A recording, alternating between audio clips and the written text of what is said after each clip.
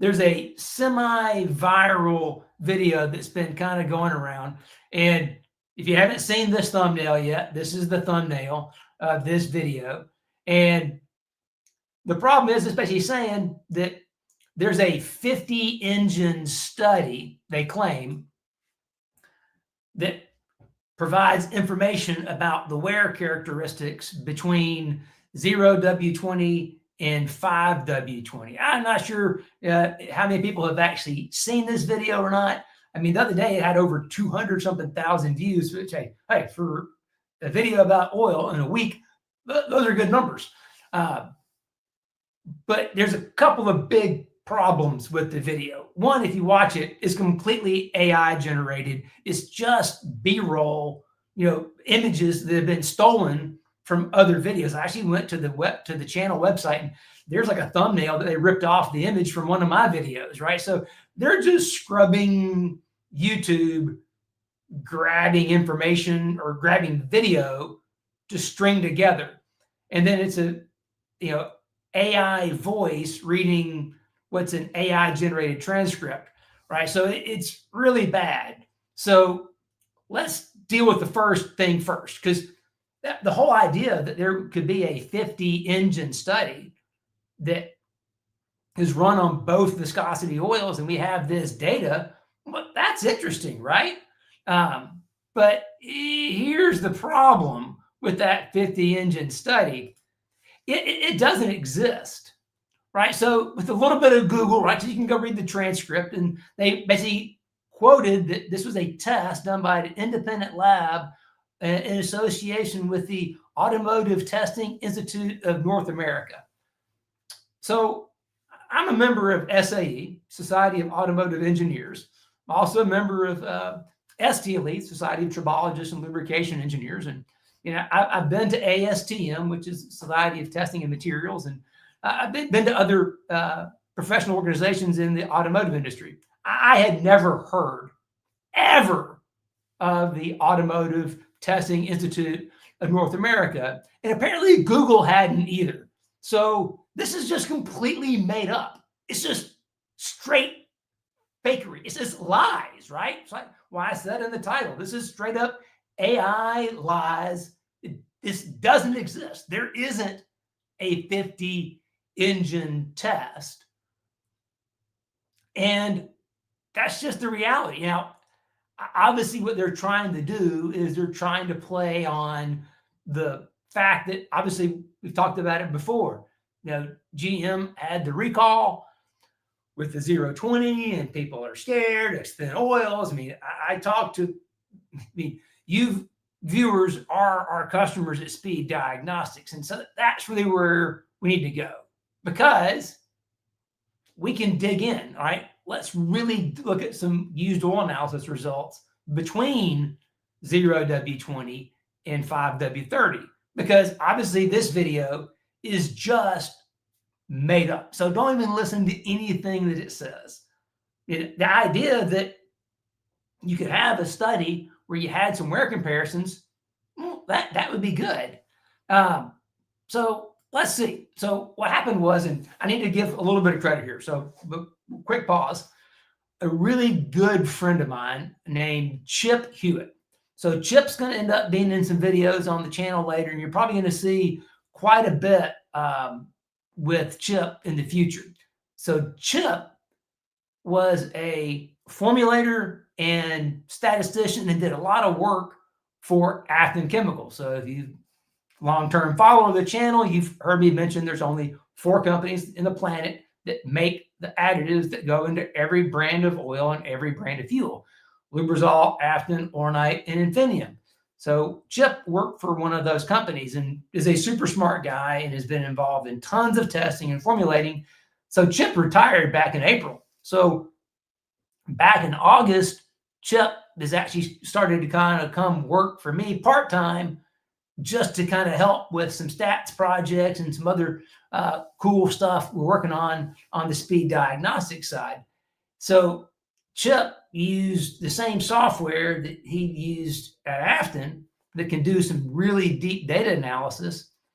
We sent him the entire Speed Diagnostics database going back to 2018, right? So that's 7 years worth of oil analysis history, and had him begin to see, okay, what can we pull out of that data set and maybe answer this question with real science as opposed to just internet speculation, fear mongering, and all the other junk that you see on most of the channels.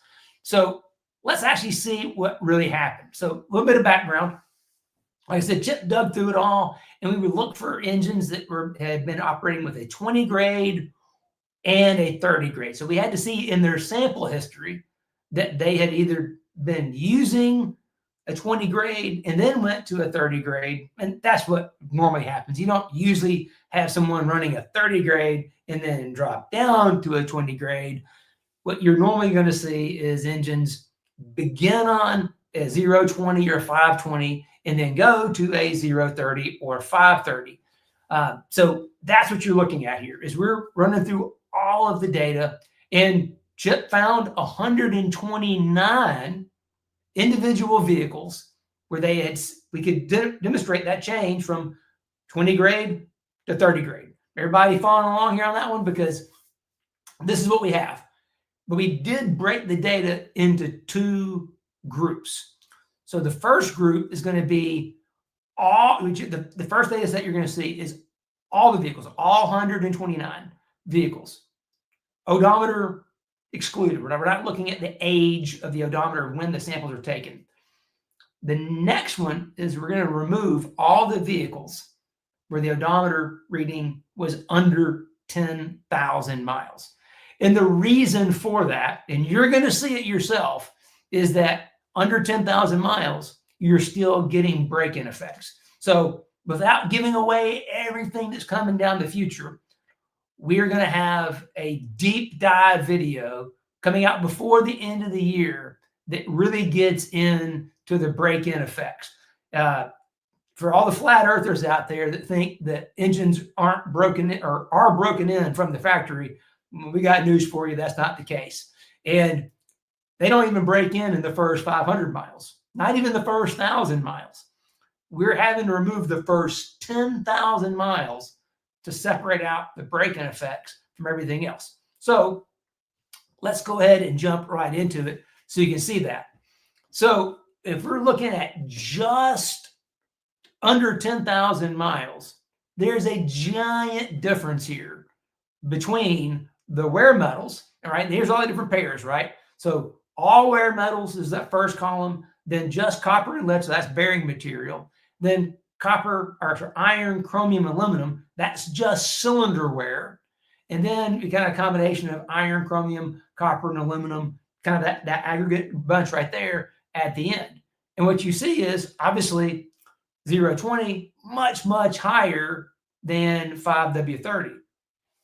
But remember, you have to put a giant asterisk on this data. Because if you look at this, you say, well, slam dunk, right?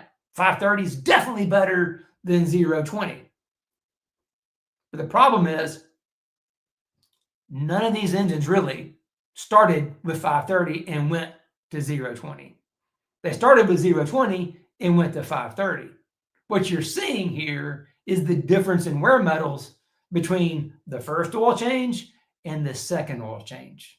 You're actually seeing the break-in effects. This is not real. I want you to let that sink in just for a second, because in light of this fake AI video, I want you to see that if I didn't tell you that that was 10,000 miles, I could easily make a case, fake as it is, that 5W-30 is better than 0W-20. You see the numbers right here on the screen, or you see the plot on the screen. But without the proper context, that data is meaningless. So you have to see that odometer makes a difference when we begin to look at wear metal analysis between vehicles. So I just don't want anyone to get faked out, right? There's so much marketing, and I'm not fussing at anybody, right? I am super happy everyone's here and participating. I mean, it's awesome. But I see people listing brand names. I hate oil marketing. And I'm not saying that those brands aren't good, and there aren't good oils, and there are some brands that make really great oils. But the reality is this: stop thinking about the brands. Brands don't matter. Most of them don't even design their own oil. It's Acmens, Lubrisols, Ornites, and Theniums of the world that do the hard work. They're just blending and packaging and marketing. I hate oil marketing. Don't fixate on that. And the thing is, why I'm showing this data is because I want you to not be fooled by the clever marketers who are making claims. Look a little deeper. Question what you're seeing. Because again, these data is statistically significant. But the reality is, it's telling a false narrative, because what you're seeing is the break-in effect going from the first oil change to the second oil change. The fact that you put 530 in there in the second oil change isn't the big driver. And I can say that with confidence because if you look at the wear metals, right?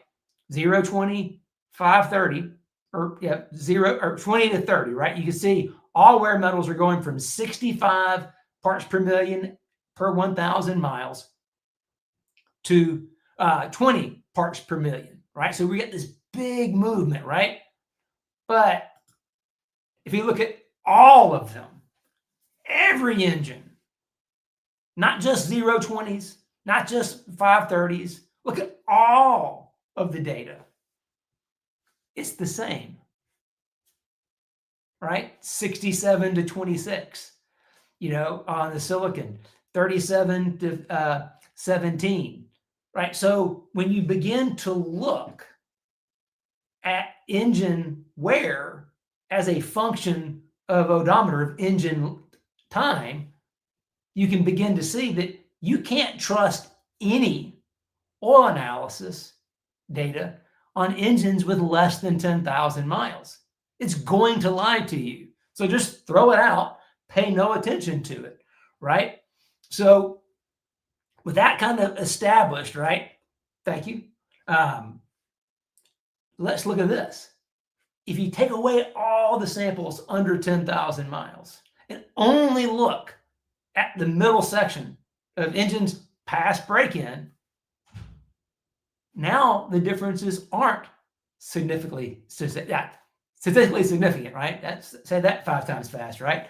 The differences are not statistically significant between a 20 grade and a 30 grade, between a 0-20 and a 5W-30. And this is what I see all the time. In fact, if anything, the 30 grades are slightly higher in wear than the 20 grades. But the reality is, this is in the noise of the data.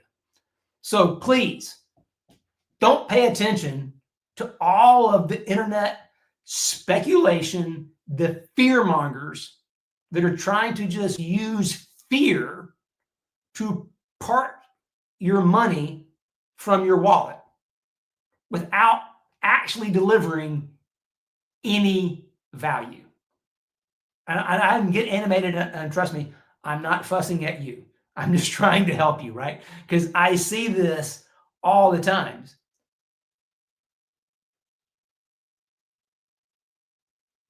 So we just see that there's this big variation. Right? I'm reading the comments, trying to answer questions, but at the same time, it's tough to go along and not get caught up in that. Again, the real key here is when you begin to look at the data, right? And the thing is, these are averages, right? So some vehicles, depending upon where you live, how you drive, and what kind of engine you have, 530 might work better for you. But 0-20 might be better. I mean, this week alone, just doing test samples for customers, I've seen situations where it's both. I've seen where 0-20 was better than 530 for a customer, but then I've also seen where 530 was better than 0-20 for another customer. Back to, there's a difference if you live in Montana when it's really, really cold versus if you live in South Florida, where it's really, really hot. So these are the things you got to take into mind. Yes, I did. But so good. Fun of cars. All right, let's throw this real quick. Right. Because you got to make sure that, oh, no, that's not it. Where he goes. Boom. Fun with cars. Boom. There we go. I did. Now, here's the thing. There's a little bit more. I'm going to have to take a quick pause because the guys at Donaldson are trying to log in and they're not seeing the link that I sent. So I better resend them the link real quick. So we'll get back to this in 1 second, but I better send them the link real quick before we mess up.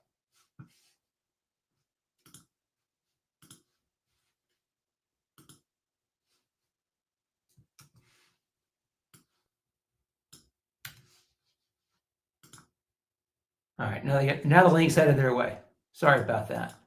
You know, if anyone ever wanted to know, I'm definitely not a professional YouTuber, right? I make all kinds of this.